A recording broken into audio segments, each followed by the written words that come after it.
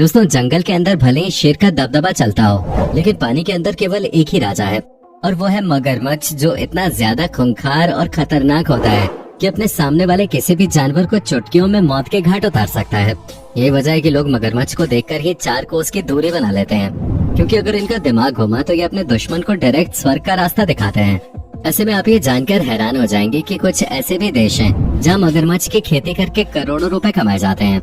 जी हाँ, और ये सब क्यों और कैसे होता है, चलिए जानते हैं। दोस्तों, मगरमच्छ जितने खतरनाक होते हैं उतने ही कीमती भी होते हैं। अभी तो इनके चमड़े से बनकर तैयार होने वाली बेल्ट, लेडीज पर्स और जूते वगैरह के दाम सुनकर तो किसी के भी कान खड़े हो जाएं। और ये सब कुछ मगरमच्छों की खेती से शुरू होता है, जहाँ लोग बचपन से इन्हें पालते हैं और इनका खूब ख्याल रखते हैं।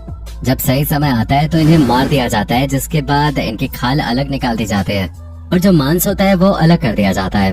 खाल के इस्तेमाल से अलग अलग तरह के लग्जरियस प्रोडक्ट्स तैयार किए जाते हैं। वही मगरमच्छ का मांस मार्केट में बिकने के लिए रेडी हो जाता है।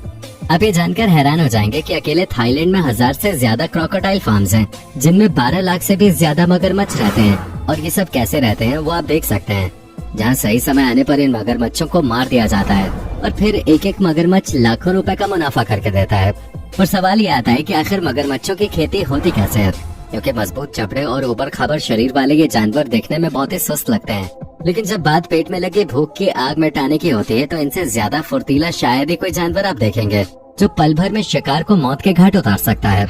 मगरमच्छ के खूंखार और डरावने शरीर को देखकर किसी की भी इनके पास जाने की हिम्मत नहीं होती।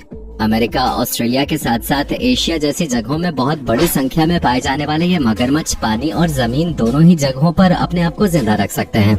हालांकि पानी के अंदर इनकी फुर्ती कुछ ज्यादा ही बढ़ जाती है, तभी तो इन्हें पानी का राजा कहा जाता है। दोस्तों, धरती पर मगरमच्छ की 2 प्रजातियां देखने को मिलती हैं, जहाँ पहली प्रजाति होती है खारे पानी में रहने वाले मगरमच्छ की, वहीं दूसरे होते हैं मीठे पानी में रहने वाले मगरमच्छ। खारे पानी में रहने वाले मगरमच्छ मीठे पानी में रहने वाले मगरमच्छों से ज्यादा बड़े और खतरनाक होते हैं। लंबाई में एक मगरमच्छ लगभग 5 से 7 मीटर तक लंबा हो सकता है। हालांकि कई बार इनका ये साइज और भी ज्यादा बड़ा देखने को मिलता है। वहीं एक मगरमच्छ का वजन 1000 से 1300 किलोग्राम तक पहुंच जाता है। इनके इतने ज्यादा वजन की वजह से ही मगरमच्छ की खेती करके इनके मीट को मार्केट में पहुंचाया जाता है, जिसे खाने वाले लोगों की भी कोई कमी नहीं है। अब सुनने में ये थोड़ा अजीब जरूर है कि इंसानों और दूसरे जानवरों को खाने वाले मगरमच्छों को भी लोग खाना पसंद करते हैं, लेकिन क्या किया जा सकता है, कुछ लोग जानवरों से कम थोड़ी ना होते हैं। लेकिन हाँ, जब मगरमच्छ सामने होता है तो बड़े बड़ों के पतलून गिले हो जाते हैं, क्योंकि अगर इन्होंने किसी का पीछा करना शुरू कर दिया तो उसे कोई नहीं बचा सकता। जहाँ एक मगरमच्छ की स्पीड लगभग 30 से 35 किलोमीटर प्रति घंटे की होती है, और अगर इन्होंने किसी को एक बार अपने जबड़ों के बीच में दबा लिया तो समझ लीजिए कि उसका काम तमाम हो गया, क्योंकि मगरमच्छ का बाइट फोर्स दुनिया में सबसे ज्यादा होता है। यानी कि मगरमच्छ के जबड़े सबसे ज्यादा मजबूत और तेज काटने वाले होते हैं, जहाँ इनकी बाइट फोर्स 5000 PSI तक पहुँच जाती है, जिसकी मदद से ये मजबूत शेल वाले कछुओं को भी ऐसे चबा के खा जाते हैं जैसे कि टॉफी या चॉकलेट खा रहे हो। आप ये अच्छे से जानते हैं कि हम इंसान ईंट पत्थर जैसी चीजों को पचा नहीं सकते, लेकिन आप ये जानकर हैरान हो जाएंगे कि मगरमच्छ अपने शिकार को खाते खाते ईंट पत्थर भी खा ले तो इनका पेट उसे भी आराम से हजम कर लेगा। सरल शब्दों में कहा जाए तो इस जीव का पाचन तंत्र बहुत ही शानदार होता है।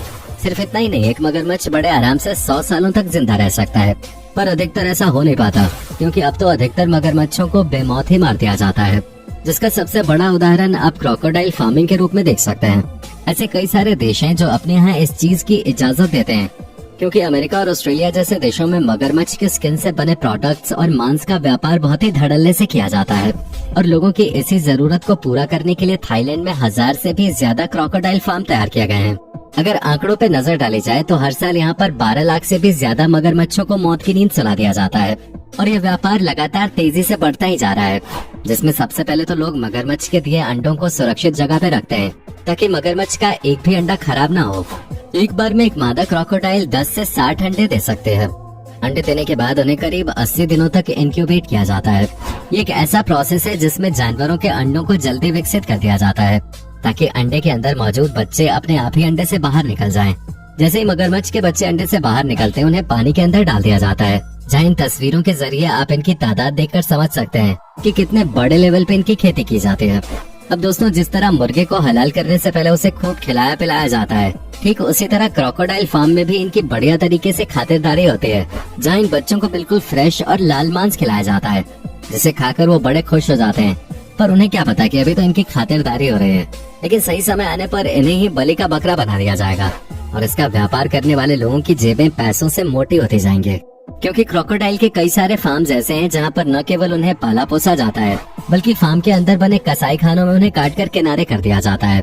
बस 2-3 साल इन्हें अच्छे तरीके से खिलाया पिलाया जाता है और फिर बड़े होते ही इन्हें अपने फायदे के लिए इस्तेमाल करने का काम शुरू हो जाता है, जिसमें सबसे पहले तो इन्हें जान से मार दिया जाता है और फिर इन्हें काट कर इनकी चमड़ी अलग कर दी जाती है ताकि उससे लग्जरियस प्रोडक्ट्स तैयार किए जा सकें।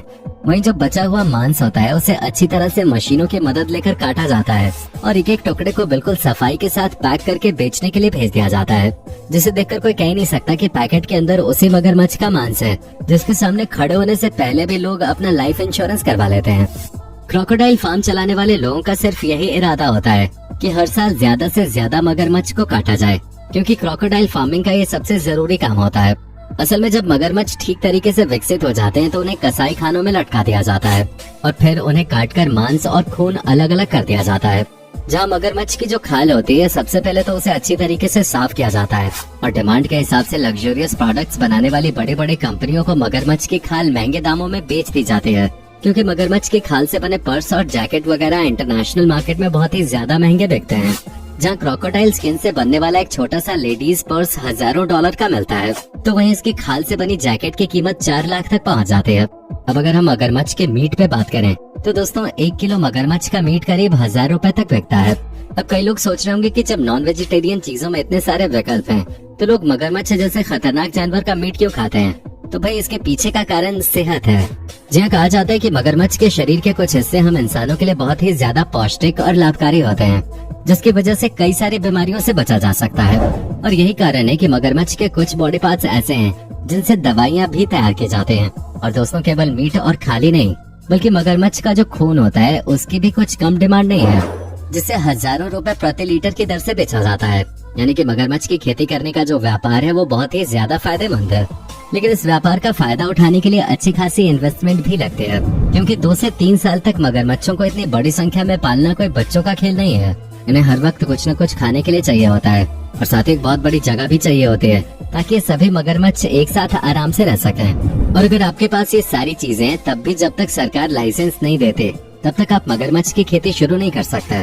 परमिशन मिलने के बाद लगभग 3 सालों तक मगरमच्छों के ऊपर अच्छा खासा पैसा इन्वेस्ट किया जाता है और जब 3 साल पूरे हो जाते हैं और मगरमच्छ बड़े हो जाते हैं तो वसूली करने का टाइम आता है, जिसमें इनकी खाल से लेकर खून और मीट हर एक चीज का व्यापार होता है।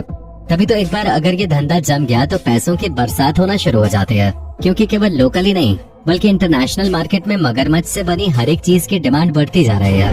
अब क्या आप अपने शारीरिक फायदे के लिए मगरमच्छ जैसे जानवर को खा सकते हैं? अपना जवाब हमें कमेंट में बताना न भूलें।